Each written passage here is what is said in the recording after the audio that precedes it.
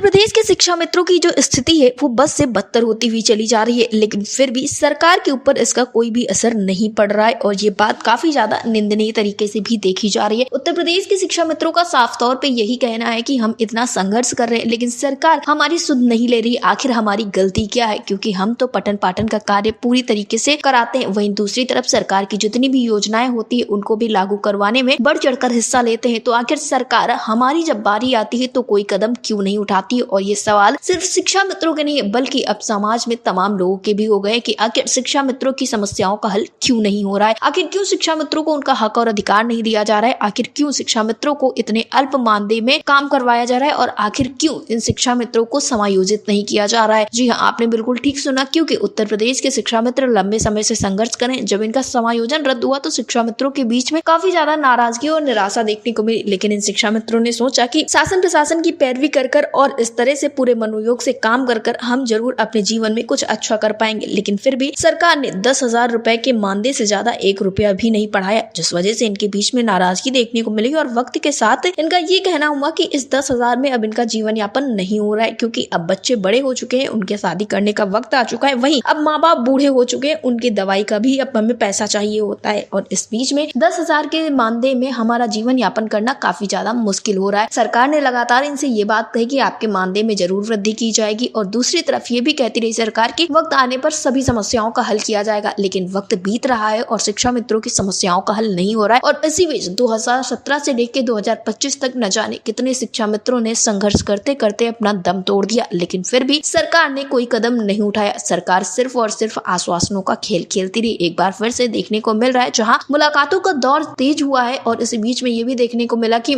जो तमाम संगठन है वो अलग अलग अधिकारियों से मंत्रियों से मुलाकात कर रहे हैं, लेकिन उन मुलाकातों में भी बस एक ही चीज निकलकर सामने आ पा रही है कि बहुत जल्दी समस्याओं का हल होगा। कब हल होगा किसी को भी नहीं पता है और इस वजह से शिक्षा मित्र अब ये कहते हुए नजर आते हैं कि इन्हें एक निश्चित समय बता दिया जाए कि इस समय पर इनकी समस्याओं का हल हो जाएगा, तो थोड़ी सी सांत्वना इन शिक्षा मित्रों के बीच में रहेगी। और अगर सरकार समस्याओं का हल नहीं करना चाह रही तो इसके लिए भी सरकार साफ साफ बता दे कि अब शिक्षा मित्र संघर्ष न करे, इनकी समस्याओं का हल नहीं होगा। लेकिन सरकार इन्हें बीच रास्ते में छोड़ी हुई है, ना तो इनकी समस्याओं का हल कर रही है और ना ही इन्हें ठीक रूप से कोई जवाब दे रही है। एक तरफ जहां लखनऊ के इको गार्डन में इस तपती हुई गर्मी में शिक्षा मित्र धरना प्रदर्शन कर रहे हैं, इनके प्रदर्शन का आज 24वां दिन हो चुका है और कल इनका महाधरना प्रदर्शन था, लेकिन फिर भी कुछ खास देखने को नहीं मिला। सरकार की तरफ से कोई प्रतिक्रिया देखने को नहीं मिली। इस तपती गर्मी में लखनऊ के इको गार्डन में ये शिक्षा मित्र बैठे हुए हैं और इनके बैठे हुए अब लगभग 24 से 25 दिन हो गए, लेकिन फिर भी सरकार की आंखों में इनके लिए कोई भी नमी देखने को नहीं मिली। यहाँ तक कि सरकार का कोई नुमाइंदा अभी तक इन शिक्षा मित्रों से मिलने के लिए भी नहीं गया। टेट सीटेट पास शिक्षा मित्रों का यही कहना है कि जो योग्यताधारी शिक्षा मित्र हैं उनको समायोजित किया जाए और जो